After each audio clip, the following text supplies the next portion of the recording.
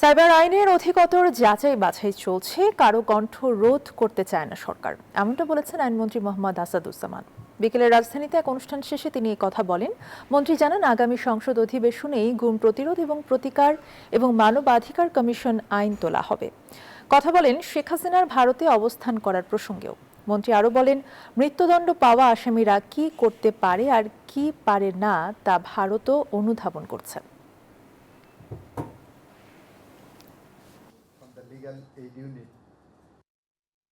ত্রয়োদশ সংসদের প্রথম অধিবেশনে জাতির সামনে বলেছিলাম, গুম প্রতিকার এবং প্রতিরোধ আইনের উপরে আরও বেশি কাজ করে আমরা বাজেট সেশনের পরের অধিবেশনে এই পার্লামেন্টে নতুন আইন আনব।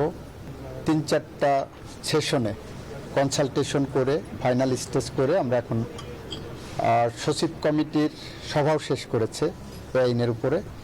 এরপরে ক্যাবিনেটে যাবে, আশা করছি নেক্সট ক্যাবিনেট মিটিং না হলেও তারপর পরে ক্যাবিনেট মিটিংয়ে যাবে, বাট নেক্সট সেশনে এটা আমরা আনবো, এ বিষয়ে আমরা কাজ করছি।